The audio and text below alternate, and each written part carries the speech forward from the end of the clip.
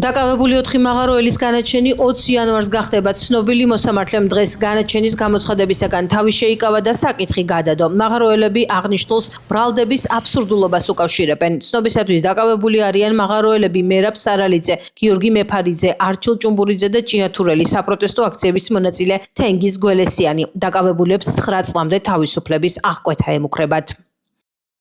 ველოდებით ყველა ადვოკატების დამსწრეების აკიმრების მაშორის რომ დღეს მოსამართლემ გამოიტანდა განაჩენი.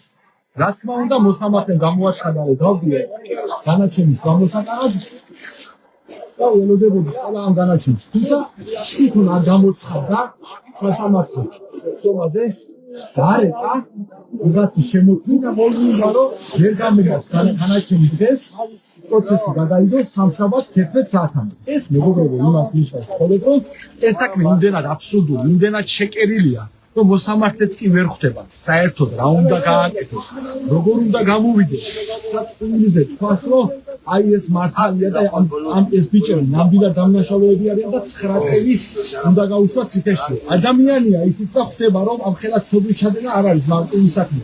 და ეს საქმე და ეს პროცესი მთლიანად არ ეხება მარტო თენგიზი კობერიძე ვინცემა იმას. თენგიზი კობერიძე ვინცემა მაგით უნივერსიტეტს აინტერესებდა. ეგოთი კაცი მან არ უნდა იყოს და სიცხავის ვიღაცები უნდა იყოს და სოხანერად გამიგდეს ნამდვილ სასამართლო პროცესი. დემოკრატიულ გარემოში რა თქმა უნდა. მაგრამ აქ ეს არის შეკერილი, შერჩევითი ყველაფერი და აბსურდული ბრალდება, გამოგონილი მუხლი, რომელსაც ვერც პროკურატურა ამტკიცებს და ვერც მოსამართლეს გამოაქვს ამ მუხლზე დაყრდნობით საბოლოო განაჩენი. ხალხო ეს იმიტომ ხდება რომ თუმადრო ხარ მას უარი ხარ მოსამართლობაზე.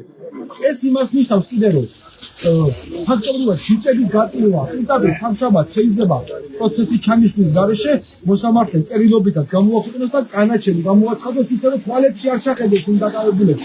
თვალებში არ ჩახედოს ჩვენ თითოეულს და ის მწვანი სახე არ დაგვანახოს რეალურად. იმიტომ რომ გამამკუნებელი განაჩენი, ალბათ ეს განაჩენი მათი დაჭერის დროიდან უკვე ცნობილი იყო მათთვის.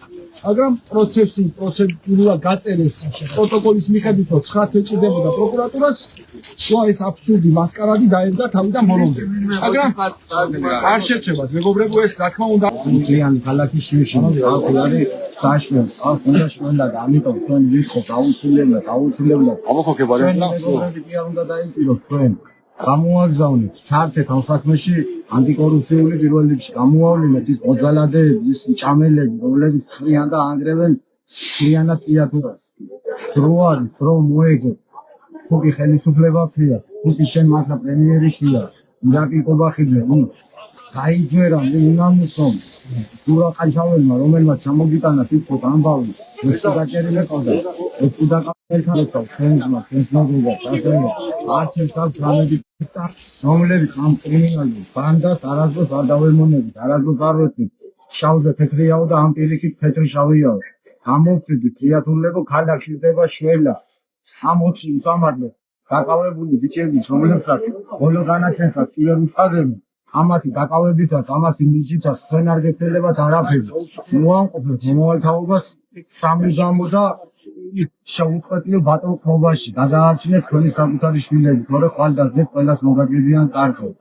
ჭიათურაში პროტესტი მას შემდეგ დაიწყო, რაც კომპანიამ ჯორჯიან მანქანეცმა და მისმა მმართველმა სტრუქტურამ მიწისქვეშა მოპოვებაში აჩერა. ეს გადაწყვეტილება ასობით ოჯახისათვის შემოსავლის დაკარგვას ნიშნავდა. მაღაროელები სამუშაო ადგილების შენარჩუნებას, ხელფასების სრულად აღდგენასა და სახელმწიფოს ეფექტიან ჩართულობას ითხოვდნენ კრიზისის მოგვარებაში. დაძაბულობა განსაკუთრებით მას შემდეგ გაიზარდა, რაც 4 მაღაროელი შუქრუთის მაღაროს დირექტორზე თავდასხმის ბრალდებით დააკავეს. დაკავებულთა ოჯახის წევრები, კოლეგები და მხარდამჭერები ბრალდებებს კატეგორიულად უარყოფენ და აცხადებენ, რომ საქმე აქვთ შრომითი პროტესტის კრიმინალიზაციასთან. მათი თქმით, მაღაროელები ისჯებიან არა დანაშაულისთვის, არამედ სოციალური და შრომითი უფლებების დაცვის მცდელობის გამო.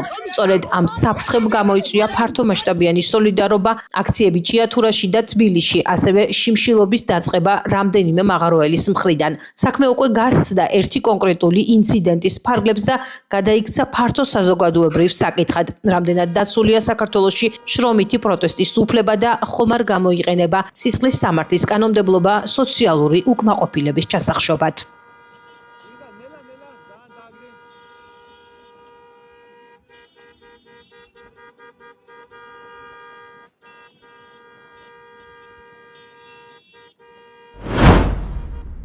რადიკალური ფაშისტური დაჯგუფების 16 წევრი დააკავეს, რომლებიც განსაკუთრებული სისასტიკით ფიზიკურად და ფსიქოლოგიურად ძალადობდნენ სხვადასხვა ასაკის პირებზე. დაკავებულთა შორის 10 არასრულწლოვანია. ამის შესახებ თბილისის პოლიციის დეპარტამენტის დირექტორმა ვაჟა სირაძემ ბრიფინგზე განაცხადა. მისივე თქმით, დაჯგუფებების წევრები მსხვერპლთა მიმართ განხორციელებული ძალადობის, ღირსების შემლახავი ქმედებების, ფიზიკური და ფსიქოლოგიური ზეწოლის ამსახველ ფოტო-ვიდეო მასალას მობილური ტელეფონით იღებდნენ და სხვადასხვა ინტერნეტ პლატფორმებზე აქვეყნებდნენ.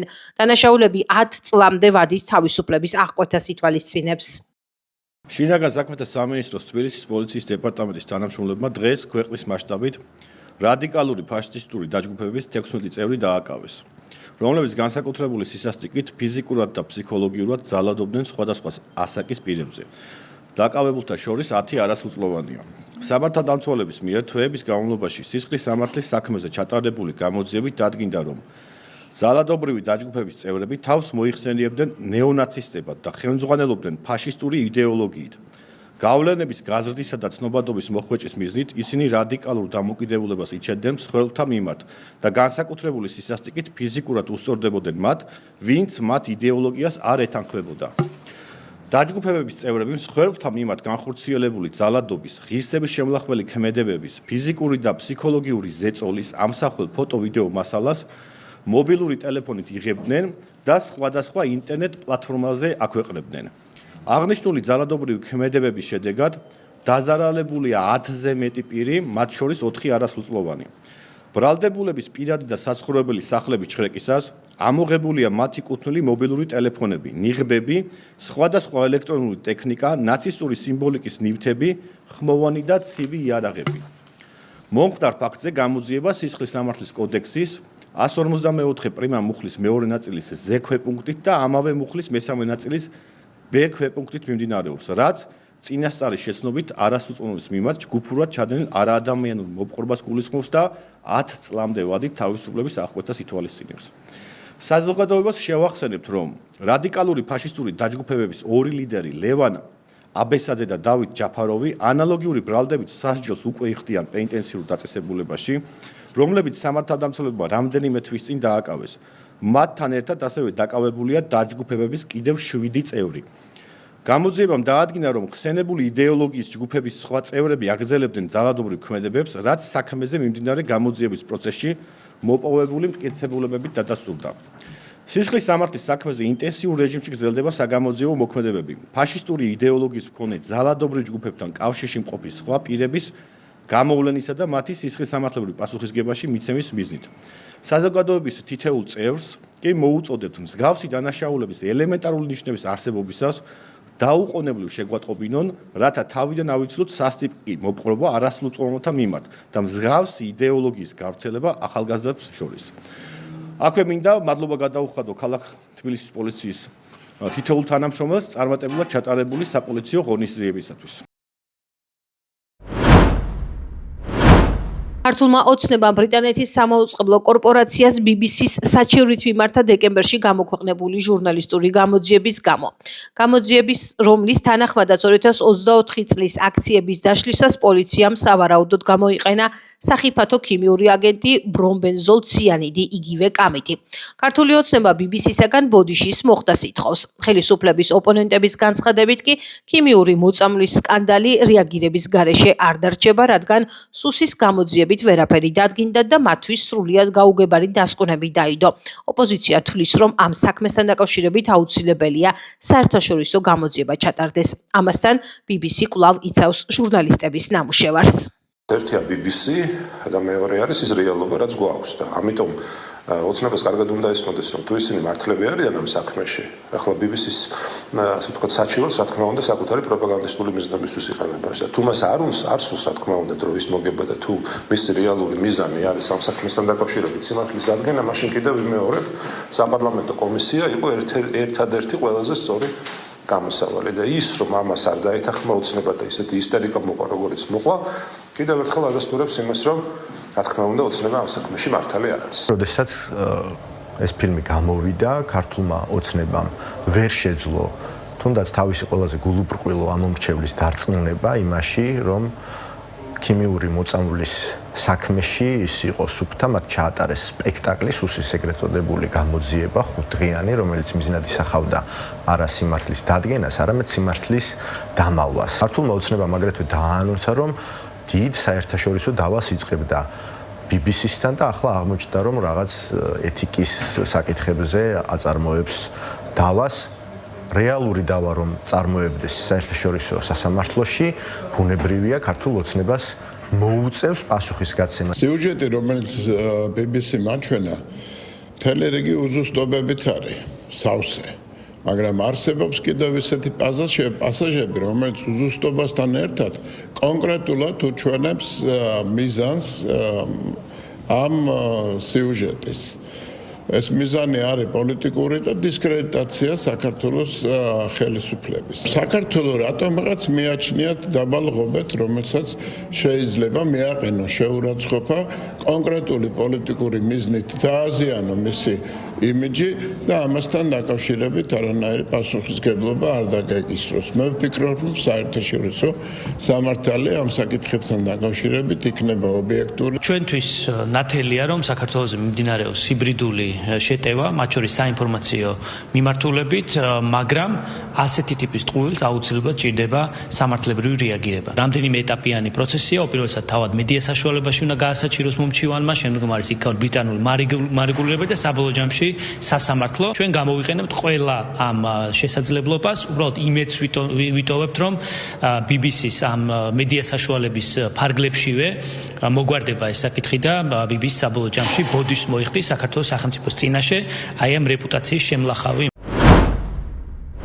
საქართველოს დაცულ ტერიტორიებზე 2025 წელს 1.250.417 ვიზიტორმა იმოგზაურა, რაც რეკორდული მაჩვენებელია. ყველაზე მონახულება დაცულ ტერიტორიებს შორის ლიდერობენ პრომეთეს მღვიმე, მარტვილის კანიონი, მტირალას ეროვნული პარკი, შემდეგ მოდის სათაფლის მღვიმე და წალკის კანიონი.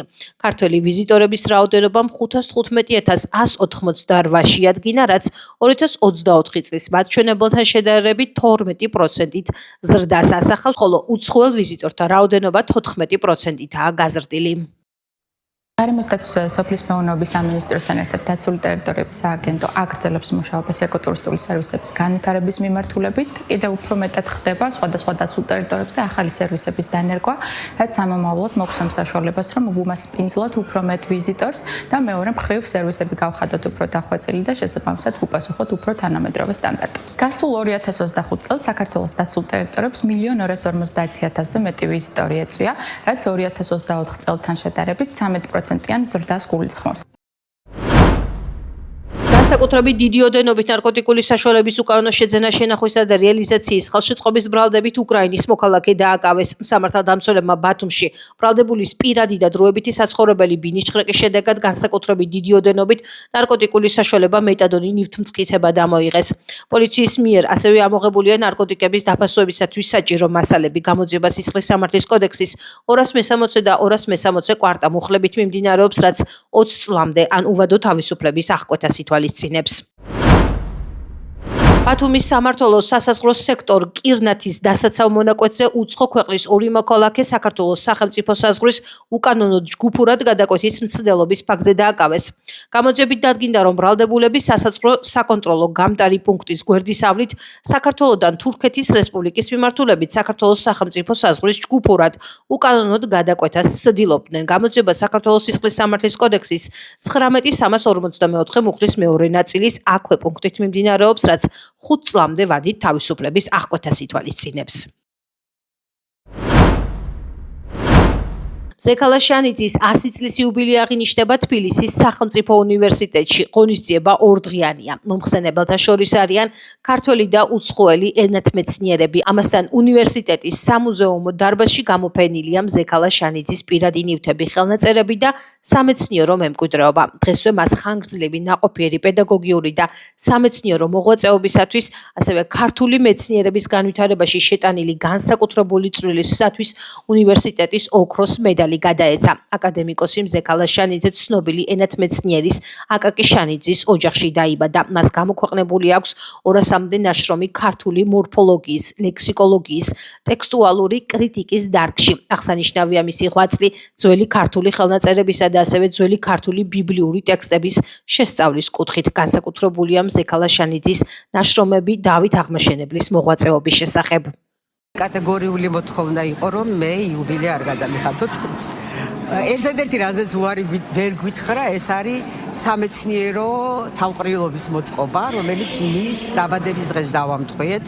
დღევანდელი დღე არის სწორედ მისი დაბადების დღე.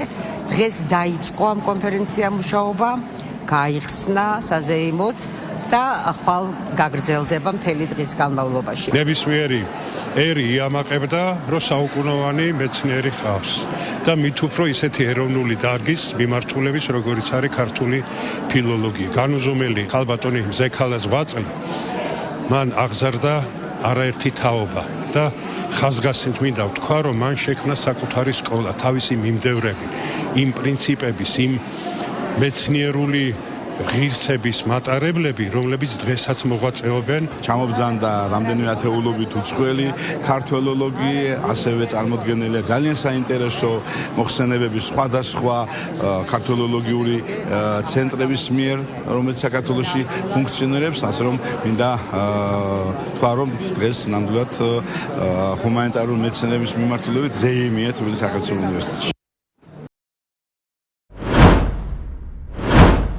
შეფილდში ევროპის ჩემპიონატზე საქართველოს სახელით მოასპარეზეს სპორტულ მოცეკვავეთა წყვილმა ანასტასია მეტელნიკამ და ლუკა ბერულავამ ოქროს მედლები მოიპოვეს. მათ მოკლე პროგრამა პირველ ადგილზე დაასრულეს. თავისუფალ პროგრამაში 139.80 მიასედი ქულა მიიღეს და ჯამური 215.76 მიასედი ქულით ჩემპიონები გახდნენ. მეორე ადგილზე გასულ გერმანულ წყვილს თითქმის 12 ქულით აჯობეს. მეტელნიკა ბერულავას წყვილმა ევროპის ჩემპიონატზე 2024 წელს ვერცხლის, 2025 წელს კი ბრინჯაოს მედალი მოიპოვა. მამაკაცთა შორის ნიკა ეგაძემ მოკლე პროგრამა პირველ ადგილზე დაასრულა და თავისუფალი პროგრამით 17 იანვარს იასპარეზებს.